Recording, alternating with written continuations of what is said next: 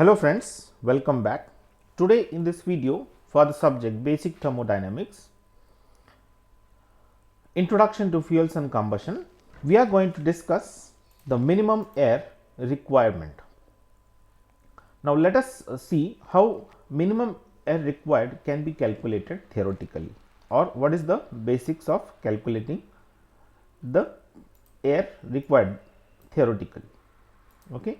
So, the number of moles of oxygen required for complete combustion of 1 mole of fuel is known as the theoretical amount of oxygen, that is on molar basis.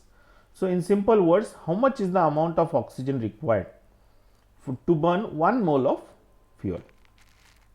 So, that gives you the theoretical quantity of oxygen required. Now, the mass of oxygen required for complete combustion of 1 kg of fuel is known as the theoretical amount of O2, that is on again mass basis.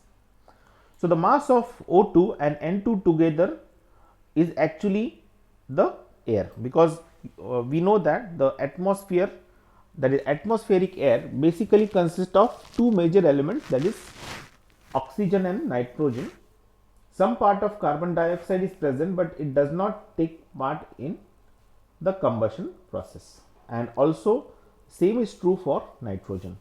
So, the mass of O2 and N2 together, either air required for complete combustion of 1 kg of fuel, is known as the minimum air requirement.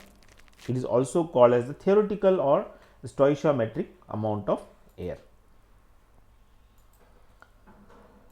The mixture of theoretical air and fuel for complete combustion of fuel is known as the stoichiometric mixture or chemically correct mixture.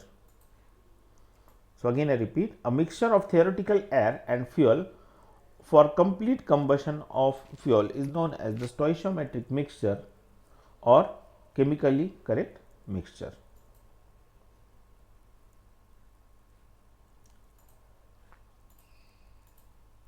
Now, let us understand the concept of excess air.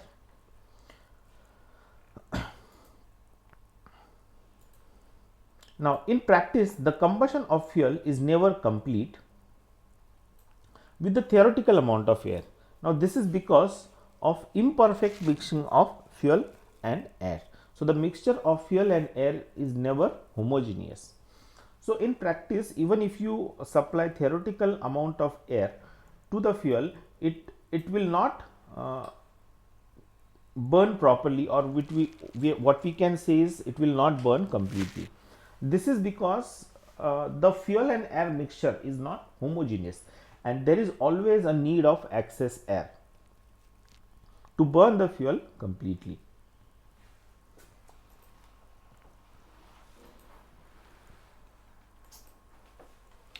So, to ensure complete combustion of fuel, usually actual air is supplied more than the theoretical air required for complete combustion of fuel. So, always an additional air is supplied.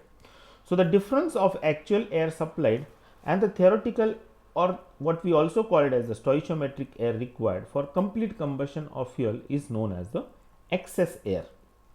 This is the concept of excess air. Always additional quantity of air is supplied to the fuel for complete combustion. So, air fuel ratio. Now, let us understand this concept of air fuel ratio. So, in a mixture of air and fuel, the ratio of mass of air to the mass of fuel is known as the air fuel ratio. So, in simple words, stoichiometric air fuel ratio is mass of stoichiometric air upon mass of fuel. So, what do you understand by stoichiometric air? That is the theoretical amount of air required, and again this is the ratio of upon the mass of fuel. Now, what do you understand by actual air fuel ratio? Again, what is the amount of actual air supplied upon the fuel supplied, means mass of actual air upon mass of fuel. So, this ratio will give you the actual air fuel ratio. Now, how to calculate the percentage of excess air? Percentage of excess air is what? Actual air minus stoichiometric air upon stoichiometric air multiplied by 100. So, percentage of excess air, it clearly gives that actual air means which is always excess minus stoichiometric air upon the stoichiometric air. So, again on percentage basis, when we convert it, we have to multiply it by 100. So, actual air fuel ratio minus stoichiometric air fuel ratio upon stoichiometric air fuel ratio multiplied by 100. So, that will actually give you as the percentage of excess air.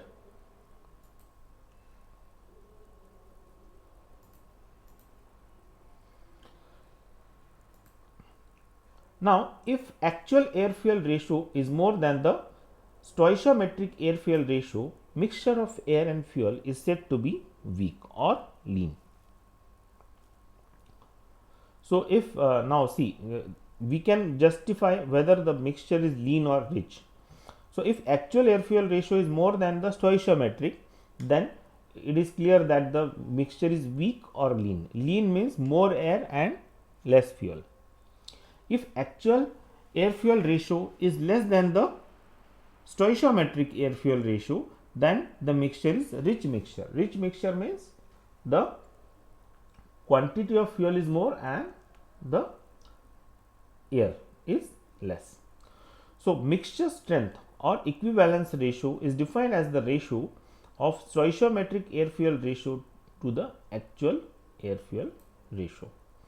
So, equivalence ratio is again a ratio which is actually a ratio of two ratios. Which two ratios?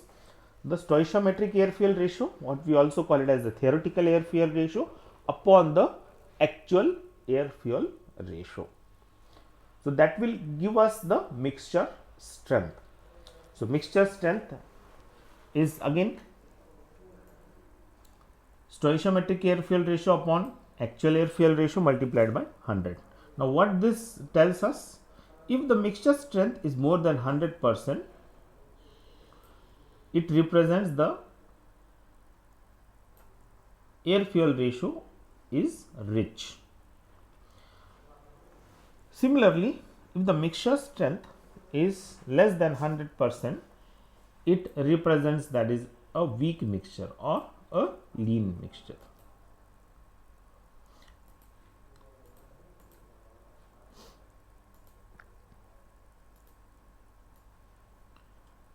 So, thank you friends, thank you very much.